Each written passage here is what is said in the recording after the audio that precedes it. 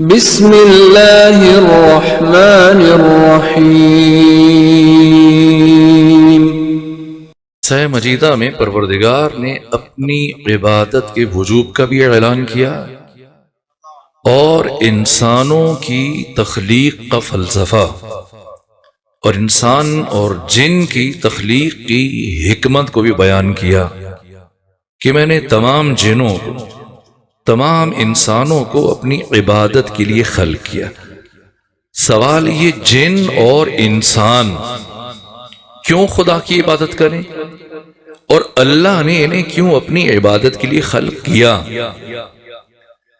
اور ان جنوں پر اور انسانوں پر کیوں اللہ کی بندگی واجب ہے، کیوں اللہ کی عبادت واجب ہے۔ مثلا اگر خدا نے ہمیں عبادت کے لیے خلق کیا تو بشر سامنے رک کے کہہ سکتا ہے کہ میں کیوں عبادت کروں؟ یہ سوال ایک باشعور ذہن میں پیدا ہوتا ہے۔ یہی سوال امام حسین کے فرزند علی زین العابدین، جن کا لقب سید سجاد ہے، آپ سے پوچھا گیا، فرزند رسول، فرزند حسین، بتائیے اللہ کی عبادت بشر پر کیوں واجب ہے؟ فرمایا دو وجوہات کی بنا پر۔ اللہ کی بندگی، اللہ کی پرستش، اللہ کی عبادت اور اطاعت ہر انسان پر واجب ہے۔ پہلی وجہ، اللہ تمام انسانوں کا خالق ہے۔ دوسری وجہ، اللہ تمام انسانوں کا رب ہے۔ اگر اللہ، یہ امام سجاد فرما رہے ہیں، اگر اللہ صرف انسانوں کا خالق ہوتا اور ہمارا رب کوئی اور ہوتا تب بھی اللہ کی بندگی واجب نہیں تھی، اور اگر ہمارا خالق کوئی اور ہوتا اور اللہ صرف ہمارا رب ہوتا تب بھی اللہ کی بندگی واجب نہیں تھی۔ کیوں واجب ہے؟ خالق بھی ہے، رب بھی ہے۔ پہلے اس نے ہمیں عدم سے وجود دیا، نہیں سے ہے بنایا، اور پھر خلعت وجود سے آراستہ کرنے کے بعد ہمیں ہمارے حال پر نہیں چھوڑا، ہماری ربوبیت کی ہے۔ رب کسے کہتے ہیں؟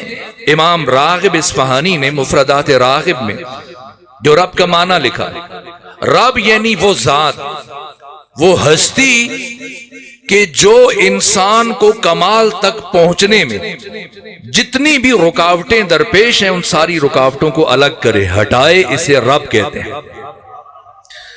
تو اللہ کی بندگی کیوں واجب ہے؟ وہ خالق ہے، اس نے ہمیں خلق کیا، اس نے عدم سے وجود دیا، اس نے ہمیں نہیں سے ہے بنایا۔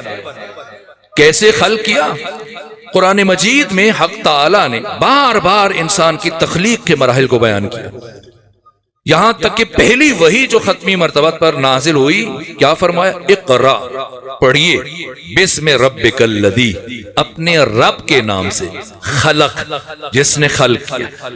اور اس کے بعد جیسے جیسے قرآن مجید نازل ہوتا رہا، پروردگار انسان کی تخلیق کے مراحل کو بیان کرتا رہا، یہاں تک فرمایا هو اللہ الخالق البارئ المصور، وہ اللہ خالق ہے، وہ اللہ باری ہے، وہ اللہ مصور ہے۔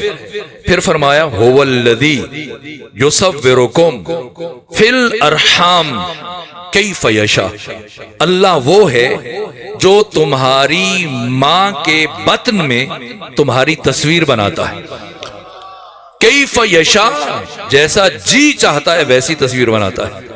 پھر فرمایا صورکم واحسن صورکم، انسان ہم نے تمہاری تصویر بنائی لیکن بری تصویر نہیں بنائی، بہترین تصویر بنائی۔ پھر فرمایا 3 تاریکیوں میں تمہاری تصویر بنائی۔ اس سے پہلے کہ بات آگے لے کے چلوں، قرآن میں اللہ بار بار خود کو مصور کہہ رہے، وہ مصور ہے، وہ تصویر بناتا ہے، وہ بطن مادر میں تصویر بناتا ہے، وہ بہترین تصویر بناتا ہے، وہ 3 تاریکیوں میں انسان کی تصویر بناتا ہے۔ تو اللہ جو خود کو مصور کہہ رہا ہے، کیا وہ بھی ایسا ہی مصور ہے جیسے ہمارے ہاں پائے جاتے ہیں؟ نہ، دنیاوی مصور جتنا ماہر مصور ہو، اس کی تصویر سازی کے لیے کچھ شرائط مطلوب ہے۔ پہلی شرط ہر بڑے سے بڑا مصور، پہلی شرط جگہ ہو، بغیر جگہ کے تصویر نہیں بن سکتی۔ دوسری شرط روشنی ہو، بغیر روشنی کی تصویر نہیں بن سکتی۔ تیسری شرط کینوس ہو، چمڑا ہو جس پر تصویر بنائے۔ اور چوتھی شرط جس شے پر وہ مصور تصویر بنا رہا ہے وہ شے حالت قرار میں ہو، حالت حرکت میں نہ ہو، متحرک شے پر تصویر نہیں بن سکتی۔ ان چار شرائط میں سے ایک شرط بھی کم کر دی جائے تصویر نہیں بن سکتی۔ تو کیا وہ اللہ کسی جگہ پر بیٹھ کر تصویر بناتا ہے؟ نہ، بطن مادر میں تصویر بناتا ہے۔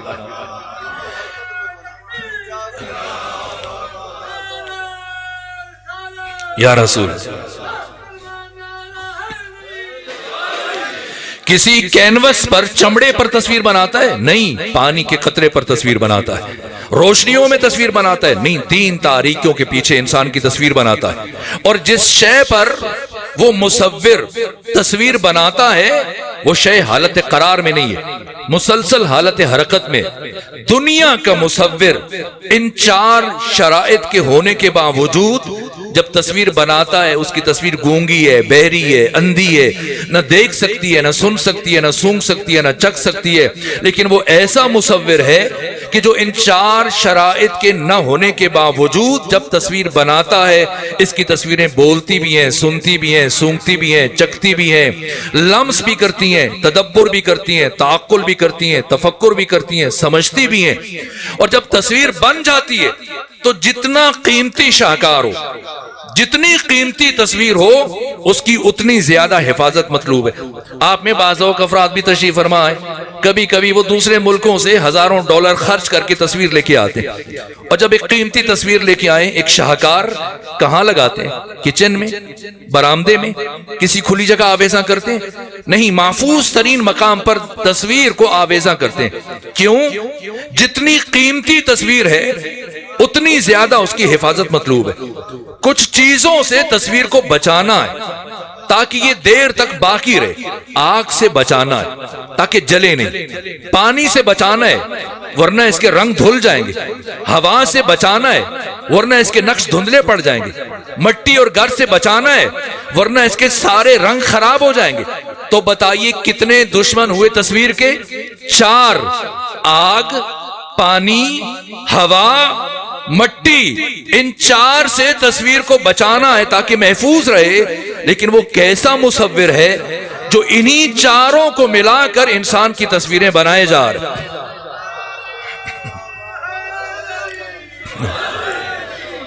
هو اللہ الخالق البارئ المصور، وہ خالق ہے۔ اور کس طرح سے خلق کیا؟ لقد خلقنا الانسان من سلالۃ من طین، ہم نے انسان کو مٹی کے سلالہ سے خلق کیا۔ ہم میں اور ہمارے باپ آدم کی تخلیق میں کیا فرق ہے؟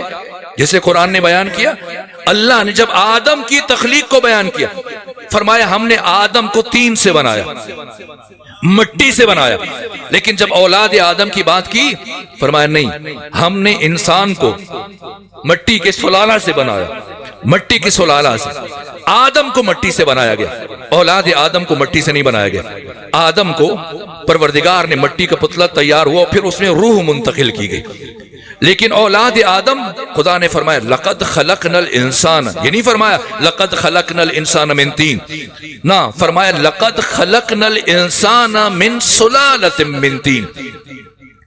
ہم نے انسان کو مٹی سے بنایا؟ نہیں، ہم نے انسان کو مٹی کے سلالہ سے بنایا، مٹی کے رس سے بنایا، مٹی کے جوس سے بنایا، مٹی کے عرق سے بنایا۔ تعجب ہے، یہ مٹی کا جوس کہاں نکالا جاتا ہے؟ میں تو دیہاتی ہوں، آپ شہر کے رہنے والے، آپ نے کبھی مٹی کا رس نکلتے ہوئے دیکھا؟ کسی کوئی ایسی مشین ہو آپ کے راولپنڈی اسلام آباد میں، ایسا کارخانہ جہاں مٹی کا رس نکالا جائے؟ لیکن اللہ قرآن میں فرماتے کہ ہم نے انسان کو مٹی کے رس سے بنایا۔ وہ کون سی مشینیں ہیں جو مٹی کا رس کشید کرتی ہیں؟ تو وہ مشینیں اور کارخانے آپ کے گھروں میں، آپ کے باغات میں، آپ کے دائیں بائیں موجود ہیں۔ تقریب میں یہ جو پودا لگا ہوا ہے یہ امرود کا پودا ہے، اس سے پیچھے متصل اور بھی پودے، یہ پودے، یہ درخت، یہ وہ مشینیں اور کارخانے جو مسلسل زمین سے مٹی کا رس کھینچ رہے ہیں اور اس رس کو منتقل کرنے کہاں؟ دانے میں۔ یہ گندم، کھجور، جو، کشمش، یہ ناشپاتی، یہ سیب، یہ سنگترا، یہ آم، یہ امرود، یہ سب سلالۃ من طین ہے۔ ان پودوں نے، ان مشینوں نے مٹی سے وہ سارا رس کھینچا اور اسے گندم کے دانے میں منتقل کر دیا، جو میں، کھجور میں، کشمش میں، اور پھر اب یہ تخلیق کے مراحل طے ہو رہے ہیں۔ پہلے ہم عناصر کی شکل میں اس سرزمین میں موجود تھے۔ کیوں راول پنڈی میں رہنے والے افراد کی شکلیں ایک دوسرے سے ملتی جلتی ہیں، اور اگر آپ چین چلے جائیں تو ان کی خاص شکلیں ہیں، جاپان چلے جائیں ان کی خاص شکلیں ہیں، پاکستان میں اگر آپ شمالی علاقہ جات چلے جائیں ان کی الگ الگ شکلیں ہیں، اس لیے کہ ہر علاقے کی مٹی کی الگ خصوصیت ہے۔ اور پہلے ہم سب ان عناصر کی شکل میں تحلیل ہے، اسی مٹی میں ہزاروں سالوں سے موجود ہیں، اور پھر یہ کمال اور ارتقاء کے مراحل طے کر رہے ہیں۔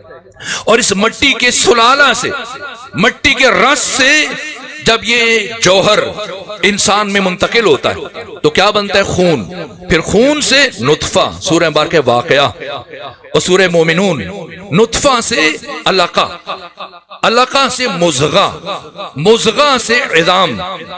45 دن نطفہ اپنے تخلیق کے مراحل طے کرتا ہے، پھر علقہ، پھر مضغہ، پھر یہ ہڈیوں میں تبدیل ہو جاتا ہے۔ فَكَسَوْنَا الْعِظَامَ اللَّحْمَ، یہ قرآن ہے، اور خدا فرماتا ہے پھر ہم نے ان ہڈیوں کے اوپر گوشت چڑھا دیا، اور 4 مہینے 10 دن میں انسان کا ڈھانچہ اس کی ماں کے بطن میں تیار ہو جاتا ہے، سر سے لے کے پاؤں تک۔ ہاتھ بن چکے، انگلیاں بن چکی، سر بن چکا، آنکھیں بن چکی، مکان تیار ہے۔ پھر ثم انشأناہ خلقا آخر، پھر خدا نے اس ڈھانچے میں، اس مکان میں ایک اور شے ڈالی، کیا؟ روح۔ اور جیسے ہی اللہ نے اس پیکر میں، اس جسم میں، اس مکان میں روح کو منتقل کیا تو اللہ نے اپنے آپ کو مبارکباد پیش کی۔ فتبارک اللہ احسن الخالقین، مبارکباد کا مستحق ہے وہ اللہ جس نے اتنی بہترین مخلوق کو خلق کیا ہے، یہ انسان۔ اور پھر یہ انسان دنیا میں آیا، اور خدا مصور کہہ رہا ہے، کسی شاعر کا کلام نہیں ہے۔ جب خالق کہہ دیا تو باری کیوں کہا، اور جب باری کہہ دیا تو خدا خود کو مصور کیوں کہہ رہا ہے؟ مصور کا مطلب کیا ہے؟ مصور کہہ کے پروردگار انسان کو یہ بات سمجھا رہا ہے کہ میں نے تمہیں انسانی صورت میں پیدا کیا، انسانی شکل میں پیدا کیا۔ یہ جملہ جو میں عرض کرنے جا رہا ہوں یہ پوری گفتگو کے لیے تمہید ہے، اور یہ جملہ روح ہے، قرآن ہے، اور 1400 سالوں میں قرآن مجید کی سینکڑوں ہزاروں تفاسیر جو لکھی گئیں، سب میں سے بہترین تفسیر، تفسیر المیزان میں علامہ محمد حسین طباطبائی نے بار بار اس جملے کو تکرار کیا۔ یہ جملہ قرآن کی سینکڑوں آیات کا اسارہ، نچوڑ اور خلاصہ ہے، اور وہ یہ کہ ہم انسان پیدا نہیں ہوئے بلکہ ہم انسان بننے کے لیے پیدا ہوئے۔ اس لیے خدا خود کو بار بار مصور کہہ رہا ہے۔ مصور یعنی میں نے تمہیں انسانی صورت میں پیدا کیا، انسانی شکل میں پیدا کیا۔ کیوں؟ تاکہ تم میری دی ہوئی انسانی صورت کے مطابق اس دنیا میں اپنی سیرت کو ڈھالنے کی کوشش کرو۔ یہ ایک کام ہے انسان کو بھیجنے کا، اس کے لیے خدا نے اپنی عبادت واجب کی۔ یہ عبادت انسان کی سیرت کو صورت کے مطابق ڈھال دیتی ہے، اور پھر اللہ نے قیامت کا دن صرف ایک مقصد کے لیے رکھا، صرف ایک کام دیکھنے کے لیے کہ اسے میں نے دنیا میں بھیجا تھا، انسانی شکل میں، انسانی صورت میں، انسانی تصویر میں، تاکہ اپنی سیرت کو صورت کے مطابق ڈھالے۔ قیامت کے دن خدا دیکھے گا کہ اس نے سیرت کو صورت کے مطابق ڈھالا یا نہیں ڈھالا۔ اگر ڈھالا تو جنت میں، اور اگر کوئی اپنی صورت کو مسخ کر کے لے آیا تو پھر اللہ قیامت کے دن ایک کام کرے گا کہ وہ انسان کی صورت کو اس کی سیرت کے مطابق ڈھال دے گا۔ جیسا کردار اس نے دنیا میں اپنے لیے منتخب کیا، پروردگار قیامت کے دن اس کی صورت بھی ویسے بنا دے گا۔ اس لیے امام سجاد فرماتے ہیں کہ قیامت کے دن انسان 9 جانوروں کی شکل میں اٹھے گا۔ شراب خار کس شکل میں اٹھے گا؟ متکبر، مغرور کرنے والا، والدین کا نافرما بردار قیامت کے دن گدھے کی شکل میں اٹھے گا۔ سود کھانے والا، حرام کھانے والا، شراب خار قیامت کے دن سور کی شکل میں اٹھے گا۔ اسی طرح سے غرور اور تکبر کرنے والا اور دوسروں کو کمتر سمجھنے والا قیامت کے دن چونٹی کی شکل میں اٹھے گا، ٹھوکریں کھائے گا، پاؤں کے نیچے روندا جائے گا، پھر اٹھے گا، پھر کچلا جائے گا۔ تو ہم انسان پیدا نہیں ہوئے، بلکہ ہم انسان بننے کے لیے پیدا ہوئے۔ اب سمجھنا ہے کیا فرق ہے ہم میں اور محمد و آل محمد میں، کہ اللہ نے تمام انسانوں کو، ہم تمام افراد کو انسان بننے کے لیے بھیجا ہے، اور محمد و آل محمد کو ہمیں انسان بنانے کے لیے بھیجا ہے۔